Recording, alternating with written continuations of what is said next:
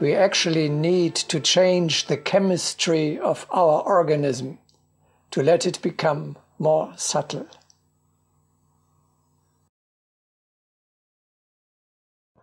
While dwelling in a dense body, it is still possible not to manifest just coarseness. When the body admits the fiery currents, its whole substance is changed. The basis of this experience of fiery transmutation of the centers is this refinement. True, only to the subtle is the subtle accessible.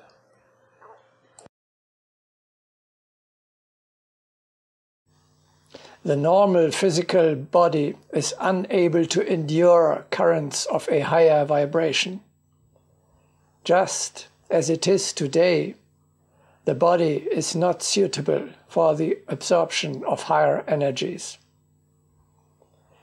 It will be damaged or even destroyed by encountering them. It is liable to burn up when approaching a higher radiant being.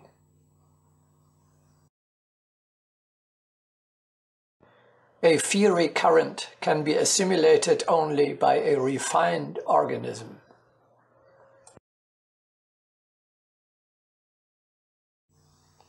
That is why Jesus, appearing in his subtle body, warned Mary Magdalene not to touch him.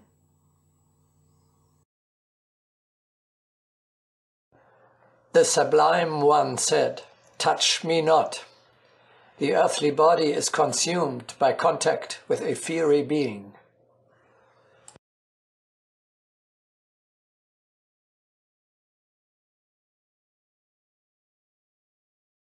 Remember how Christ would not allow Mary Magdalene to touch him, for touching a high spirit appearing in a subtle body may cause death because of the difference in vibrations.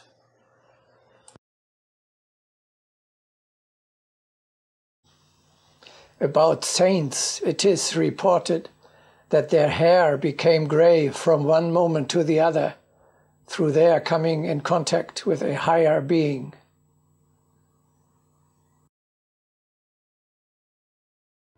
Fiery manifestations cast earthly beings into trembling. Currents and rays of the fiery world agitate even refined beings. This correlation must be deeply realized. Even some strongest in spirit have fallen into unconsciousness and have turned grey, have become blind and dumb, and have lost the power of movement in the extremities. In the near future, through their consciousness, people will cultivate their bodies in the receptivity of higher energies.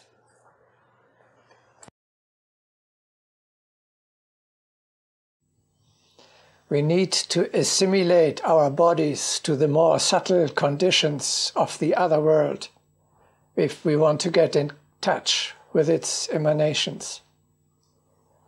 The upcoming sixth race will be characterized by a greater subtleness of the organism.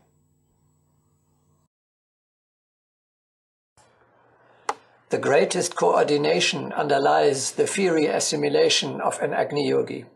Therefore, we strongly affirm the cosmic coordination.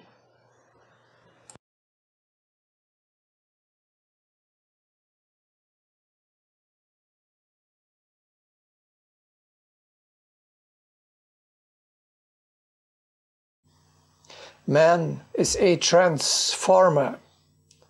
He is called upon to transform the higher currents he had received into earthly energy, warmth of the heart, benevolent smile, compassion, spiritual help, and saving action.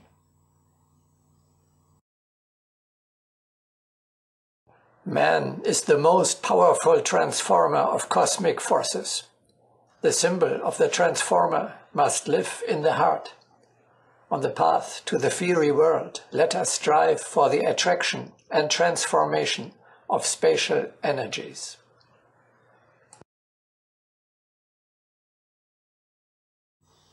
What he has absorbed from above, he can radiate into the world as cheerfulness, serenity, peace, and joy.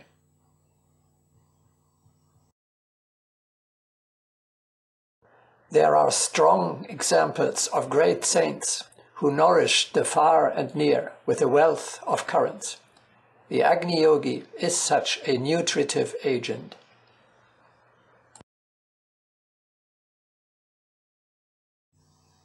A sensitive person cooperates with the higher world in order to further evolution, that is, to construct what is predestined from above. He is not only a receiver, but also a conveyor of these higher currents. He turns what he received into earthly reality. Thus, he realizes the divine will on earth.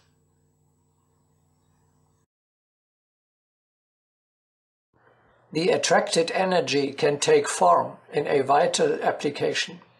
The fiery energies are absorbed by the Agni Yogi out of space and directed into a vital orbit. Therefore, when the thought of a fiery Agni Yogi strives to creativity, all the energies acquire vitality. Thus can each possibility be asserted in life.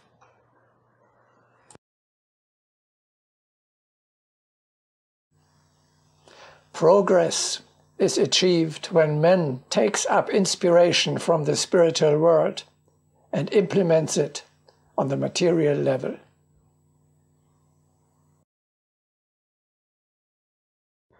Success does not come only from without. It is created by the collaboration of human hands with spatial thought. For them, the yogi is the primary channel, the primary receiver of the energies of space, luminous as a beacon fire. He builds that which should be built. He lays together the intended stones.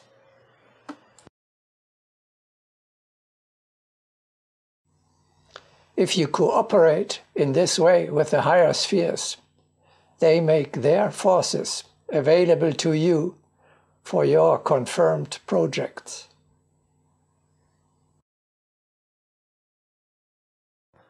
So many powerful forces are awaiting reception and application.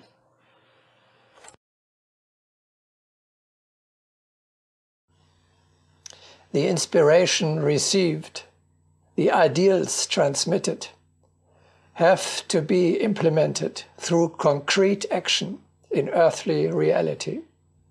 Otherwise, they miss their purpose.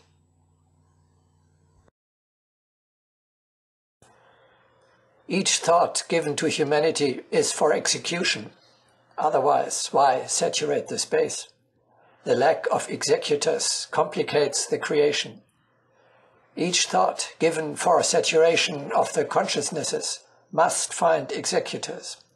The Great Spirit is a creator, and each thought must enter into life.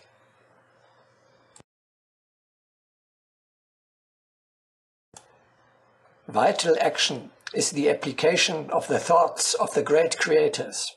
Thus, the step of evolution is built by the thought of the creators and its vital application. Every applied thought will bring growth to the spirit.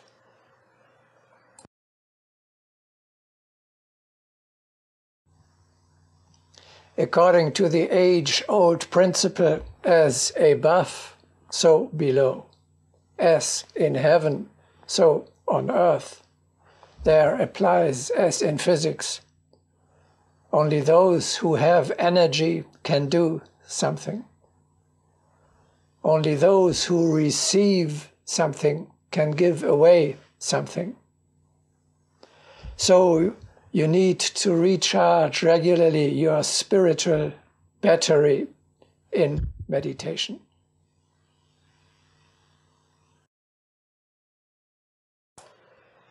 Who is the giver? The one who possesses. But lest one become exhausted, one should receive from the inexhaustible source. Let us turn toward hierarchy.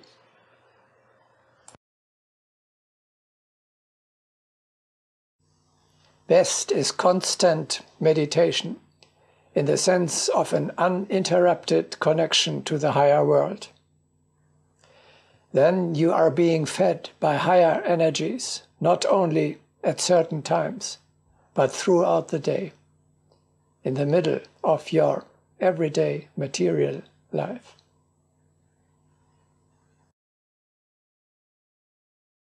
The man who is filled with harmony is always receiving and always giving. His being is always strengthened by an uninterrupted current. There is no giving without receiving. To break such a current is the death of advancement.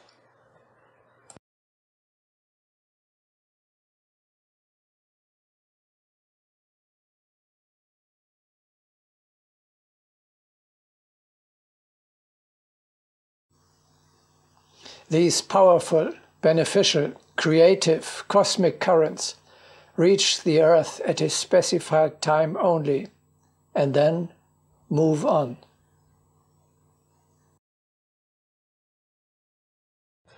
Agni Yoga is not just the progressive development of human abilities.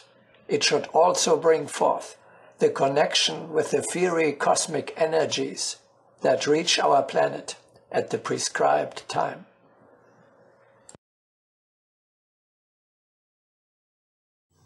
If we are unable to absorb them, they pass by the Earth.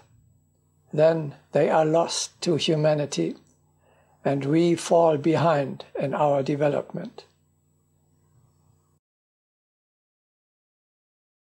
We ourselves must attract the currents, otherwise they may glide by without leaving a trace.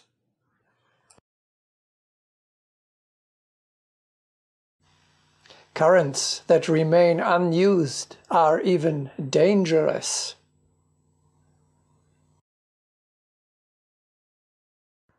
When humanity rejects the possibilities sent by the cosmic magnet, destruction ensues. The planet is covered with the emanations of these unaccepted transmissions. Hence, all creative tensions are not expressed according to predestination.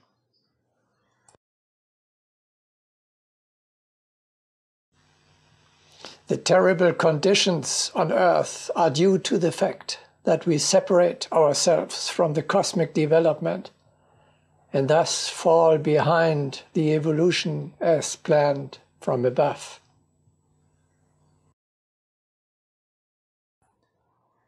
I want to remind you about the absolute inevitability of the new era. The fiery energies are in their greatest tension attracted toward Earth, and, if not accepted, realized and assimilated, they will cause terrific earthquakes and other cosmic perturbations, and also revolutions, wars, and new epidemics.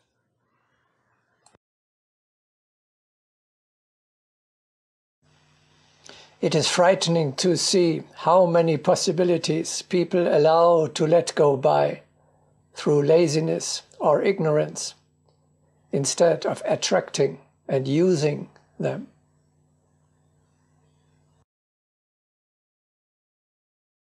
In cosmos, all consists of emitting and attracting forces. If people could see all transmissions of the rays, they would be horror-stricken at the realization of how much they have failed to accept. The striving spirit is attracted to these sendings.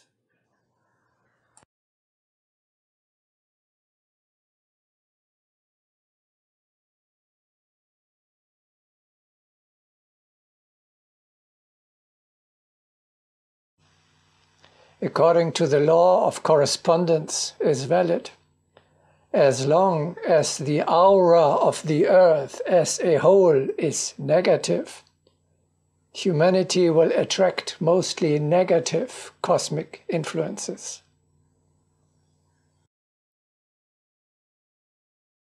Pure energies cannot be attracted to the earthly plane without transmutation of the accumulations which are stifling the planet.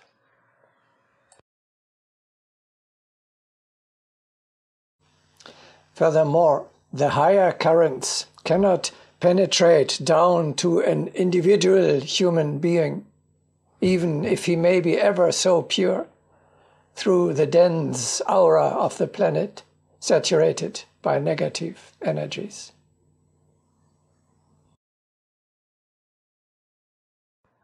The accumulations around the planet are so very dense that it is difficult for the rays to penetrate this mass. Therefore, the spatial ray can contact only those who have diluted the sphere by their striving. The spirit, by straining its aura, attracts the cosmic rays from space. Thus, the striving attracts the cosmic rays.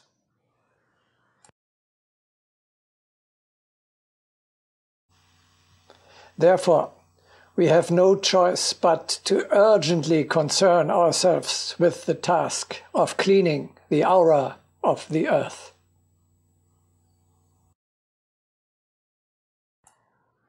The condensation of such strata above the earth forms a solidly compressed sphere. This sphere is so filled with the display of lustfulness that rays piercing these strata must be increased threefold. On the path to the fiery world, let us affirm the consciousness in the necessity for purifying space.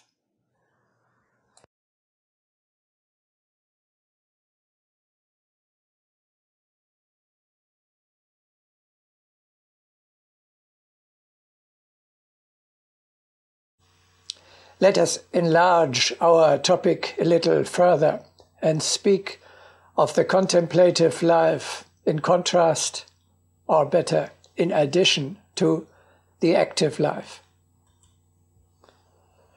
In this sense, the indispensable basis of a contemplative life is the study of the holy scriptures of mankind, especially the Vedas, the Bhagavad Gita, the Torah, the Bible, the Quran, and today the Agni Yoga. In these books, the Highest Himself speaks to us. No traveler on the spiritual path can do without His teachings and instructions.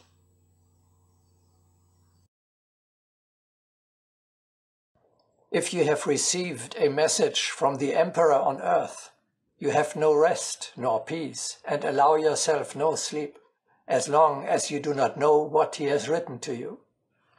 Now, however, the ruler of heaven, the Lord of men and angels, has sent you letters affecting your life. But you, vain son, fail to read these letters with passion.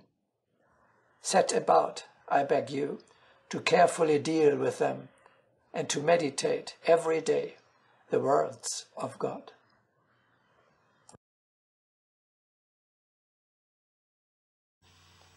The word of the Lord was given to be heard by us humans every day.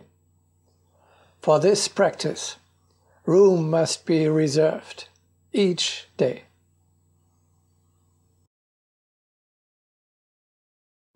The busiest people can devote an hour each day to their approach to the teaching. We cannot believe that there is not a moment available for the most essential, for that for which we live.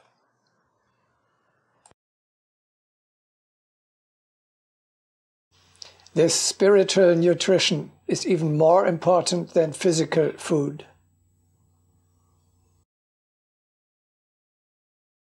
One should receive us as daily nurture.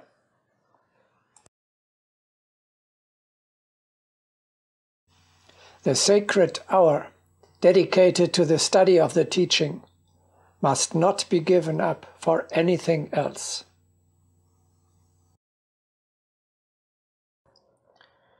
Let us count the days we spend unworthily and be stricken with remorse.